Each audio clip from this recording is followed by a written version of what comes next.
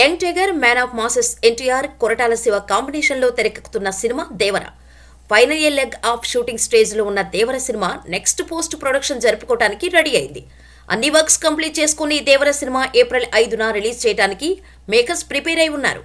ఇటీవలే రిలీజ్ చేసిన promotional content కూడా సూపర్ రెస్పాన్స్ వచ్చింది. ఇక్కడ నుంచి back to back promotional content ను రిలీజ్ చేస్తూ వెళ్తూ సరిగ్గా 74 రోజుల తర్వాత దేవర సినిమా థియేటర్స్ లోకి వచ్చి ఆడియన్స్ ని మెప్పిస్తుంది. పాన్ ఇండియా మార్కెట్ ని టార్గెట్ చేస్తున్న ఎన్టీఆర్ దేవరతో ఎలాంటి హిట్ కొడతాడు, ఫస్ట్ సాంగ్ ఎప్పుడు బయటకు వస్తుంది, ఇలాంటి ఆలోచనలతో ఉన్న నందమూరి అభిమానులకు కొత్త భయం పట్టుకుంది. దేవర సినిమా ఏప్రిల్ 5న రిలీజ్ కాకపోతే ఏంటి అనే ఆలోచనలో ఉన్నారు అభిమానులు. ఎన్నికల కోడ్ వస్తే దేవర సినిమా వాయిదా పడే అవకాశం ఉంది. ఎన్నికలైన తర్వాతే దేవర రిలీజ్ అవ్వనుంది.